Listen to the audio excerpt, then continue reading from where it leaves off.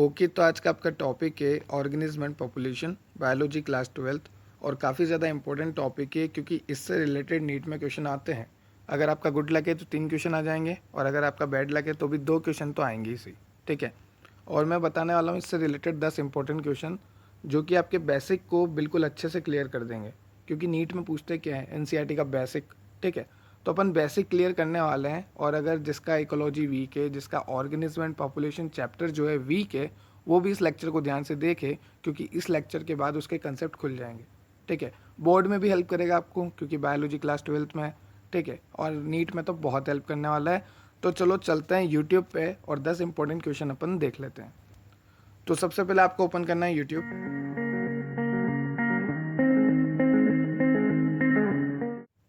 तो जैसे ही आप यूट्यूब ओपन करोगे, आपको सर्च आइकन में सर्च करना है मेरे चैनल का नाम, डेप्थ ऑफ बायोलॉजी।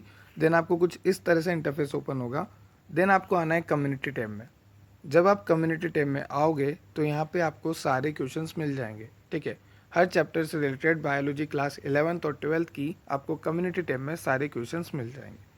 और अगर आपको हमारा टेलीग्राम चैनल ज्वाइन करना है, क्योंकि अब जो मैं केमिस्ट्री के इंपॉर्टेंट क्वेश्चन अपलोड करने वाला हूँ नीट के लिए, जेई के लिए, जेई एडवांस के लिए, ठीक है, और भी अदर कॉम्पिटिटिव एग्जाम आईसीआर वगैरह के लिए, तो आपको यहाँ पे मैंने टेलीग्राम की लिंक दे रखी है, क्योंकि यहाँ पे मैं इंपॉर्टेंट क्वेश्चन और नोट्स आपको सेंड करने वाला हूँ। और अब जो भी क्वेश्चन अपलोड होंगे वो टेलीग्राम पर ही होंगे। तो सबसे पहले आप टेलीग्राम ज्वाइन करो, क्वेश्चन को सॉल्व करो, देन आप सॉल्यूशन वीडियो देख लो, टॉपिक पूरा आपका। तो चलो बिना देर करे स्टार्ट करते हैं क्वेश्चन। कम्युनिटी टैब में चलते हैं। अब मैं बता देता हूँ मैंने यहाँ पे क्वेश्चन किस तरह से अरेंज किया है। तो देखो, सबसे पहले मैंने लिखा हुआ है टॉपिक का नाम, फिर लिखा हुआ है क्वेश्चन नंबर, फिर आपसे पूछा है क्वेश्चन, और आपको दे रखे हैं यहाँ पे 4 ऑप्शन। ठीक है। तो इस तरह से मैंने 10 क्वेश्चन अरेंज किए हैं। आपको सिंपली स्लाइड डाउन करना है और चलना है क्वेश्चन नंबर 1 पे। तो चलो चलते हैं क्वेश्चन नंबर 1 पे। ओके, तो अपन आ चुके हैं क्वेश्चन नंबर 1 पे। और क्वेश्चन नंबर 1 में आपसे पूछा है कि टॉलरेट सैलिनिटी। ठीक है। जो कि सैलिनिटी को टॉलरेट कर ले उन्हें हम क्या कहेंगे। तो देखो ऑप्शन देख लेते हैं। पहला है स्टीनो एलाइन, दूसरा है यूरी एलाइन, तीसरा है दोनों की हम स्टीनो भी कह सकते हैं, यूरी भी कह सकते हैं, और चौथा है नन ऑफ देम, इनमें से कुछ नहीं।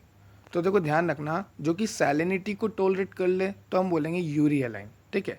जो टॉलरेट कर सकता है, और जो टॉलरेट नहीं कर सकता सैलिनिटी को, उसको हम बोलेंगे स्टीनो एलाइन।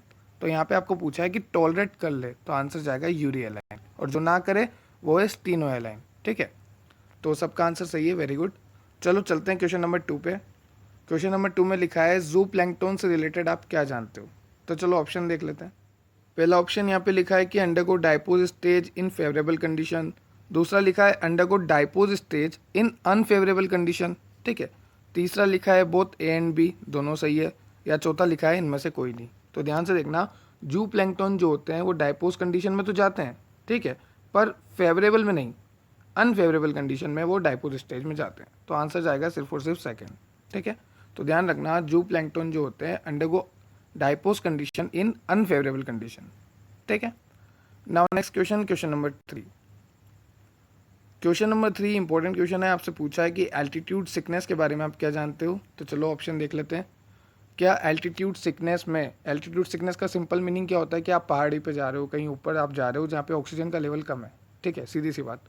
तो जब ऑक्सीजन का लेवल कम होगा तो आप तेज तेज सांसें लोगे। ठीक है। तो यहाँ पे लिखा हुआ है लेस ब्रीथिंग रेट, नहीं, मोर ब्रीथिंग रेट, क्योंकि आप सांसें तेज लोगे। अगर आपको ऑक्सीजन कम मिलेगी तो आप सांस तेज लोगे। ठीक है। तो ये ऑप्शन गलत हो गया। और क्या लिखा है, आरबीसी प्रोडक्शन ज़्यादा होगी, हाँ, क्योंकि आरबीसी का काम क्या होता है, ऑक्सीजन को ले जाना, और आरबीसी ज़्यादा बनेगी क्योंकि ऑक्सीजन अपन ज़्यादा लेंगे। ठीक है। तो ये बात तो सही है। हीमोग्लोबिन बाइंडिंग कैपेसिटी लो, ठीक है, बिल्कुल सही बात है, क्योंकि हीमोग्लोबिन क्या करेगा, आरबीसी में मेनली कौन, हीमोग्लोबिन ही तो बाइंड करता है ऑक्सीजन को। तो हीमोग्लोबिन क्या करेगा, आराम से बाइंड करेगा, ऐसा नहीं टाइटली बाइंड कर लेगा, बिल्कुल ढीला बाइंड करेगा, वो इजीली छोड़ता जाएगा ऑक्सीजन को, क्योंकि हमारी बॉडी को ऑक्सीजन की ज़रूरत है। तो ये भी सही है कि हीमोग्लोबिन जो है वो बाइंडिंग जो है लो कैपेसिटी से करता है, और आरबीसी प्रोडक्शन जो है ज़्यादा होती है। तो ये दोनों ऑप्शन सही है। ठीक है। ये क्यों गलत है, क्योंकि हम सांसें तेज लेंगे, और यहाँ पे लिखा है कि लेस, नहीं, तेज लेंगे। तो आंसर जाएगा बोथ ए एंड बी, पहला भी सही है और दूसरा भी सही है। ठीक है। आंसर जाएगा 4th। क्वेश्चन नंबर 4 में आपसे पूछा है कि some organism only breed once in their lifetime, पूरी लाइफ टाइम में एक ही बार ब्रीड कर सके, वो कौन है। ठीक है। पहली बात तो इनकी बहुत ख़राब किस्मत है, पूरी लाइफ टाइम में एक बार ब्रीड करते हैं। फिर भी देख लेते हैं अपन कौन है। क्या वो बैम्बू है, पैसिफिक सालमोन फिश है, या फिर दोनों ही है, या इनमें से कोई भी नहीं। तो ध्यान रखना बैम्बू तो है ही सही, साथ में पैसिफिक सालमोन फिश जो है only breed once in their lifetime. ठीक है, तो आंसर जाएगा बोथ ए एंड बी। देखो मैक्सिमम का आंसर है बैम्बू, क्योंकि बैम्बू सबको याद रहता है, पर ध्यान रखना पैसिफिक सालमोन फिश भी है। ठीक है, now next question, question number 5। Question number 5 में आपसे पूछा है कि प्रीडेटर्स के बारे में आप क्या जानते हो। तो देख लेते हैं, क्या प्रीडेटर हेल्प करते हैं स्पीसीज डाइवर्सिटी को मेंटेन करने में। बिल्कुल सही बात है, क्योंकि प्रीडेटर का तो बहुत बड़ा रोल है इकोसिस्टम में। Reduce competition between prey species, बिल्कुल सही बात है। जैसे लायन है और दो हिरण है, तो दो हिरण लड़ रहे हैं, तो लायन आएगा तुम लड़ो मत, मैं तुम्हें खा लेता हूँ, परेशान मत हो। ठीक है, तो रिड्यूस करते हैं ये कंपटीशन प्रे स्पीसीज के बीच में। रेगुलेट करते हैं प्रे पॉपुलेशन को, ज़्यादा हिरण नहीं बढ़ेंगे, लायन है खा लेगा शेर आराम से, कोई दिक्कत नहीं है। तो सारे ऑप्शन सही है, ऑल आर करेक्ट। चलो चलते हैं नेक्स्ट क्वेश्चन पे, क्वेश्चन नंबर 6 पे। क्वेश्चन नंबर 6 में आपसे पूछा है nearly of all insect are known to be phytophagous. यहाँ पे आपको पूछा है परसेंटेज, कितना परसेंट, ये दो डैश मैंने लगा रखा है, यहाँ पे आपको पूछा है कितना परसेंट। तो ध्यान रखना nearly 25% of all insect are known to be phytophagous. ठीक है, कितना परसेंट, 25%। और जिसने 35 लगाया उसने सिली मिस्टेक करी है, क्योंकि वो कंफ्यूज हो सकता है मे बी कि 25 था या 35, तो उसने 35 लगा दिया फर्स्ट ऑप्शन देख के, नीचे नहीं गया वो। तो ध्यान रखना आंसर जाएगा 25। ठीक है, nearly 25% of all insect are known to be phytophagous. चलो चलते हैं नेक्स्ट क्वेश्चन पे, क्वेश्चन नंबर 7। ये डबल रिपीट हो गया, इसको छोड़ते हैं, चलते हैं क्वेश्चन नंबर 7 पे। क्वेश्चन नंबर 7 में आपसे पूछा है कि इनकरेक्ट ऑप्शन बता दो। तो ध्यान से देखो क्वेश्चन को, क्वेश्चन इंपॉर्टेंट है, आपको बहुत सारा रिवीजन हो जाएगा इसमें। चलो ऑप्शन देखते हैं।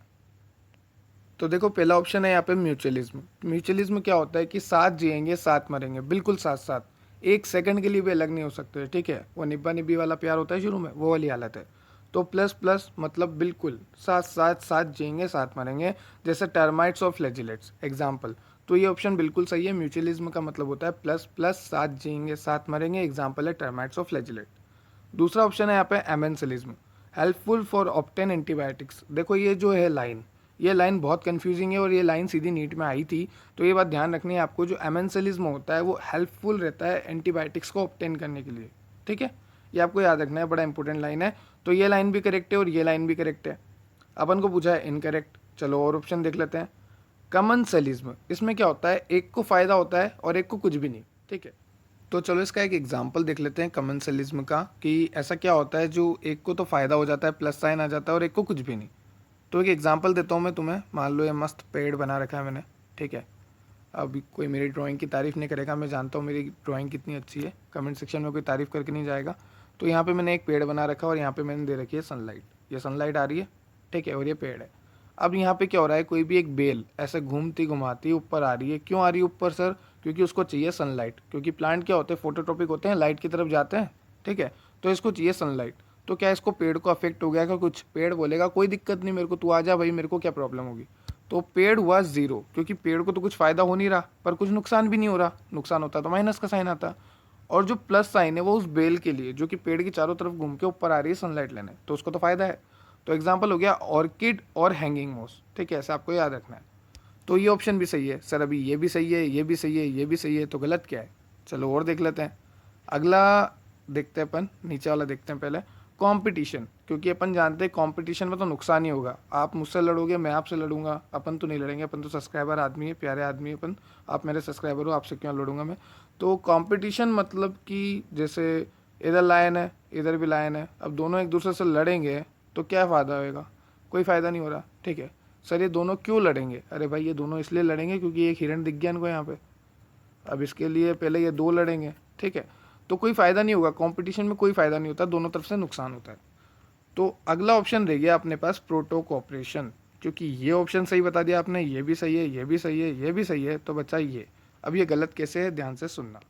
देखो बात ऐसी है, प्रोटो कोऑपरेशन का मतलब होता है प्लस प्लस। ठीक है, तो सर वो तो म्यूचुअलिज्म में भी होता था प्लस प्लस, पर मैंने म्यूचुअलिज्म में एक बात बोली थी, साथ जिएंगे साथ मरेंगे, नेसेसरी है, बिल्कुल नेसेसरी।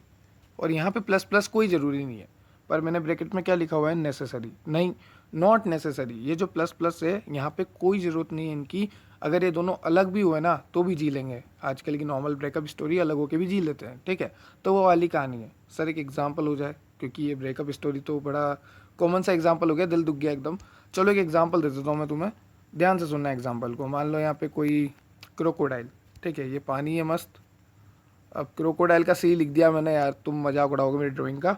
और यहाँ पे एक कौवा बैठा है, मान लो कौवे का क्या लिखूँ, के लिख देता हूँ क्योंकि सी से क्रो सेम हो जाएगा। तो यहाँ पे एक कौवा बैठा है और यहाँ पानी में मस्त क्रोकोडाइल है, ठीक है। ये आँख बना दी मैंने क्रोकोडाइल की, देख रहा है वो, और ये मुंह खोल दिया मैंने क्रोकोडाइल का, ठीक है। अब ये कौवा देख रहा है क्रोकोडाइल को, क्रोकोडाइल दिख रहा है कौवे को, बड़ा प्यारा सीन चल रहा है। अब क्रोकोडाइल ने क्या खाई, फिश खाई, ठीक है। तो क्रोकोडाइल के जो मगरमच्छ, हिंदी में बोलूँ तो मगरमच्छ के दांत में क्या हो गया, फिश जो है, फिश के पार्ट अटक गए या फिर कुछ पार्टिकल्स उसमें रह गए, दांतों में फंस जाता है ना, अपन भी खाना खाते हैं तो दांतों में कुछ, फिर ब्रश करते हैं अपन। तो ये कौवा देख रहा है, क्योंकि इसको लग रही भूख कौवे को, तो मगरमच्छ अपना मुंह खोल के बैठा है कि मैं जाऊं या नहीं जाऊं। कौवा सोच रहा है मैं जाऊं नहीं जाऊं, मैं जाऊं तो इसके दांत में से खा लूँ वो जो पार्टिकल फंसे हुए हैं, ताकि मेरा पेट भी भरा जाए। और मगरमच्छ सोच रहा है कि यार ये कौवा आ जाए तो मेरा दांत साफ कर जाए तो मेरे को बहुत अच्छा रहेगा। तो मगरमच्छ ने मुंह खोल रखा है, कौवा आ रहा है और कौवा आके दांत साफ करके जा रहा है। पर ऐसा जरूरी तो नहीं है ना, कौवा अगर मगरमच्छ के दांत साफ नहीं करेगा तो ऐसा तो नहीं है कि कौवा भूखा मर जाएगा, कौवा खा लेगा कुछ ना कुछ। और मगरमच्छ अगर दांत साफ नहीं करवाएगा तो ऐसा नहीं है कि मगरमच्छ मर जाएगा, ठीक है। तुम भी नहीं मरते ना, दांत साफ नहीं करते हो तो देखो आंसर है नॉट नेसेसरी। यहाँ पे लिखा है नेसेसरी, नहीं नेसेसरी नहीं है। हालांकि प्लस प्लस साइन आएगा, पर अगर अलग हो गए तो भी जी लेंगे। देखो यहाँ एग्जाम्पल दे रखा है क्रोकोडाइल और बर्ड, ठीक है। तो आंसर जाएगा फाइनली, इनकरेक्ट ऑप्शन पूछा था क्रोकोडाइल बर्ड वाला, ठीक है। Now next question, question number 8। देखो भले एक्सप्लेनेशन में टाइम लग रहा है, पर अगर एक बार एक्सप्लेनेशन सुन लोगे ना कहानी के थ्रू तो आपको याद रहेगा वो क्वेश्चन। चलो नेक्स्ट क्वेश्चन देखते हैं, क्वेश्चन नंबर 8। क्वेश्चन नंबर 8 में आपसे पूछा है कि आप एसिड रेन से रिलेटेड क्या जानते हो, ठीक है। तो एसिड रेन से रिलेटेड ऑप्शन देख लेते हैं क्या क्या दे रखा है। H2SO4 और HNO3 का 3:7 में कंसनट्रेशन होता है। pH इसका 5.6 से कम होता है। H2SO4 HNO3 का 7:3 कंसनट्रेशन होता है, या फिर बोथ बी एंड सी। तो ध्यान से देखो एसिड रेन क्या होती है। देखो एसिड रेन में कंसनट्रेशन होता है H2SO4 का 70%, कितना होता है 70, और HNO3 का होता है 30%। पर यहाँ पे आपको दे रखा है 7 और 3, मतलब 10% के रेशियो में पूछा है। तो ध्यान रखना H2SO4 का होगा 7 और HNO3 का होगा 3। तो ये थर्ड ऑप्शन तो सही है, क्योंकि H2SO4 ज़्यादा होता है, ठीक है। तो H2SO4 तो हो गया 7, HNO3 हो गया 3, ठीक है। ऐसे याद रख सकते हो आप, HNO3 तो 3, ऐसे याद रह जाएगा आपको। और इसकी pH जो है 5.6 से कम ही होती है, तभी ना एसिडिक हुआ। एसिड रेन क्या होती है, जिसका pH 7 से कम हो, ठीक है। तो ये एसिडिक रेन है, तो ये भी सही है, ये भी सही है। आंसर जाएगा बोथ बी एंड सी। गाली नहीं दे रहा हूँ मैं, ऑप्शन बता रहा हूँ, बी सी आंसर जाएगा। चलो next question, question number 9।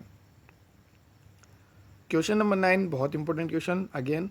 Question number 9 में आपको पूछा है इन सीटू कंजर्वेशन के बारे में आप क्या जानते हो। तो देखो यहाँ पे ऑप्शन दे रखे हैं कि इन सीटू कंजर्वेशन के एग्जांपल क्या है, क्या नेशनल पार्क है, बायोस्फीयर है, wild life sanctuary, scared group, hotspot, क्या सारे ही हैं। तो ध्यान रखना इन सीटू कंजर्वेशन जो जहाँ है उसको वहीं बचाएंगे, ऑल आर करेक्ट। उसमें नेशनल पार्क भी आते हैं, biosphere, wild life sanctuary, sacred grooves और हॉटस्पॉट, ठीक है। स्कैड ग्रूव्स, मैं सेक्रेट भूल गया, सेक्रेट गेम्स देखने की आदत हो गई। तो ध्यान रखना है सारे ऑप्शन सही है, ऑल आर करेक्ट, ठीक है। और इनके अलावा कोई भी इन सीटू नहीं है, तो आप ध्यान रख लो ये सारे एग्जांपल अगर आप याद कर लोगे, फिर आपको पूछे कौन इन सीटू कौन एक्स सीटू, तो आपको पता होना चाहिए इन सीटू में सारे आते हैं, बचा ही कुछ नहीं, ठीक है। All are correct. Now next question and the final question, question number 10, और बहुत इंपॉर्टेंट क्वेश्चन, ध्यान से सुनना। तो क्वेश्चन नंबर 10 में आपको पूछा है कि इनकरेक्ट ऑप्शन बता दो। तो चलो सारे ऑप्शन देख लेते हैं और देख लेते हैं कौन सा इनकरेक्ट है, ठीक है। ध्यान से सुनना है इस क्वेश्चन को। पहला लिखा हुआ है नेशनल पार्क 90 होते हैं, बायोस्फीयर 14 होते हैं और वाइल्ड लाइफ सेंचुरी जो है वो 448 होती है। तो सारा डाटा सही है।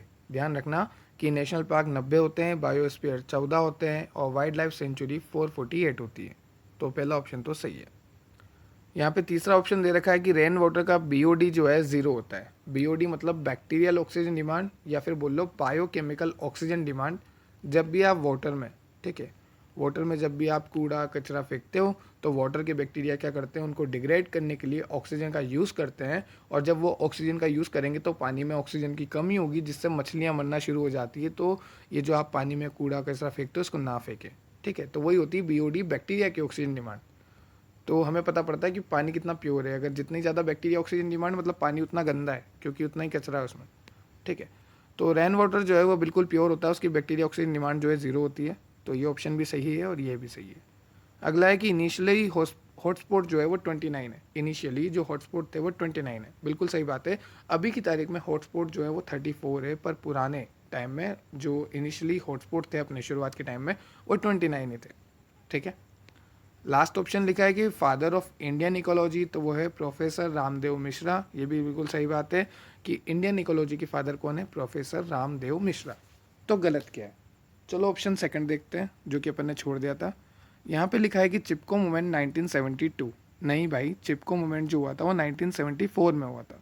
पर होता क्या है कि गलत हो जाता है ये क्वेश्चन, क्योंकि क्या होता है जल्दबाजी में 74 72 में थोड़ा सा कन्फ्यूजन हो जाता है। तो आपको याद रखना है ये ऑप्शन गलत है, क्योंकि चिपको मूवमेंट हुआ था 1974 में।